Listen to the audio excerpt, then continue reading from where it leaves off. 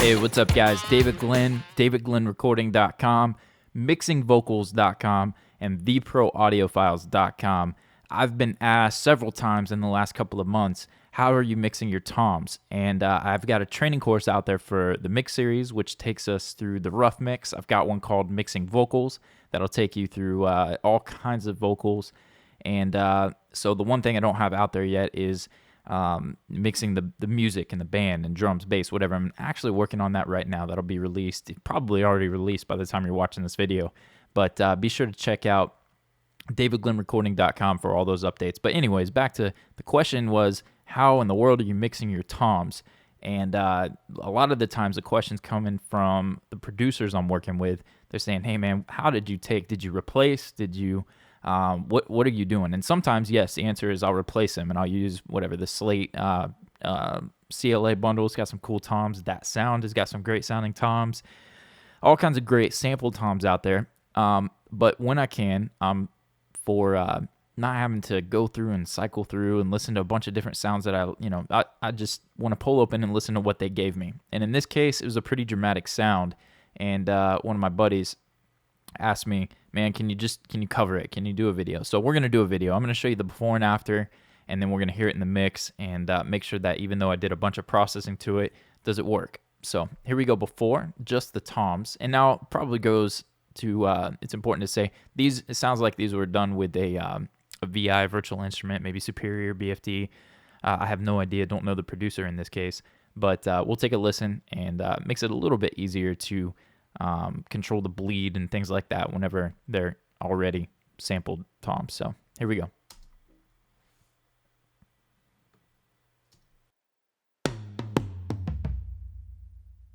Okay, this is not going to be fair to those toms. Let's boost the volume and see what we get.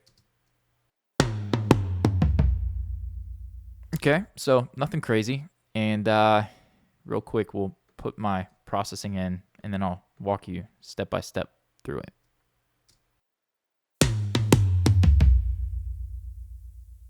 Okay, so pretty dramatic difference.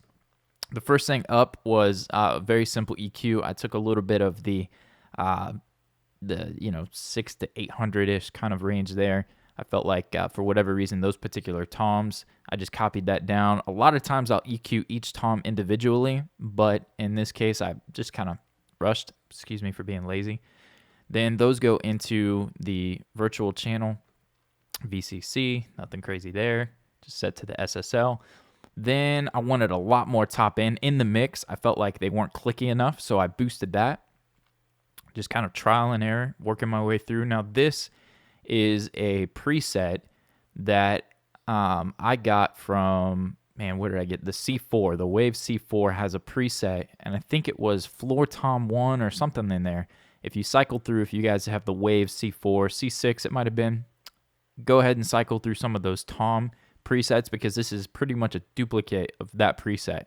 And it's doing all kinds of stuff. Sometimes I bypass this just to see what's going on, but honestly, I'm mixing into it for the most part, and I like what it's doing, man. So probably the easiest way to explain this one is for you to pause the video, look at my settings, try it out for yourself, and see if it's working for you. I'll click through a couple of these bands real quick so you can see what's going on. But like I said, this is pretty much a duplicate of the preset from the Wave C6 Floor Tom 1, I believe. You'll see it looks pretty exactly like that in the Waves menu. So moving on from that, we've got the Alloy 2. Now, this one is big for me because I love to remove sustain from the low end so that I get a nice solid, call it a thump, but a solid hit in the low end. This right here is giving attack and cutting sustain for 152 hertz and below. And that works out really well for controlling sustain, especially when I've got live toms that just ring forever. Sometimes that sustain is dropped all the way down. Instead of gating them, I'll use this. The attack in the mids, no big deal there. Cutting some sustain from that. And then this is also going to boost that high end that I boosted here on the Pro-Q too. Right there in the 4275.4 hertz. That is going to be enhanced with the Alloy 2's attack for 2K and above. So that boost at 3.4, the attack, and then cutting some of the sustain even is going to help it be a little bit more clicky and cut through the mix. And then a big part of this, believe it or not, is this Studer. Now the Studer A800, I'm driving this. Sometimes I drive it for distortion. Sometimes I drive it to get that that character. In this case, I think I'm holding off just before it goes to distortion. Let's take a listen, and then I'll bypass this one, and you can hear it. Cool, now without it. So obviously there's a lot going on there.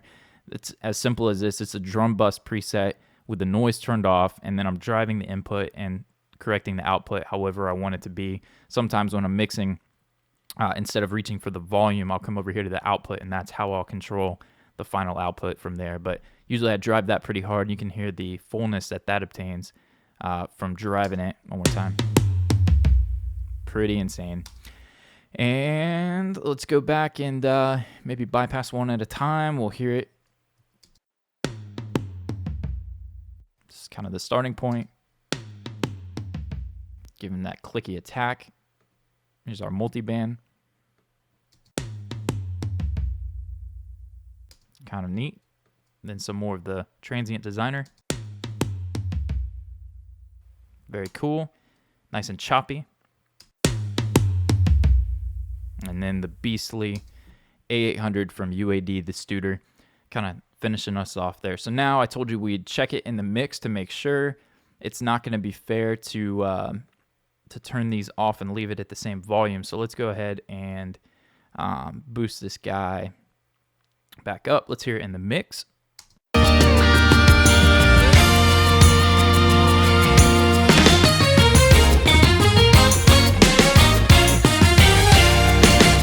Cool. That'd be a good spot for us to put the volume back and hear what it's doing now.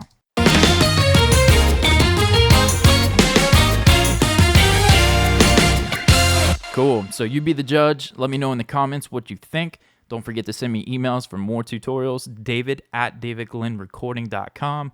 The Glenn has 2 N's. Mixingvocals.com and theproaudiofiles.com. And we'll catch you again soon.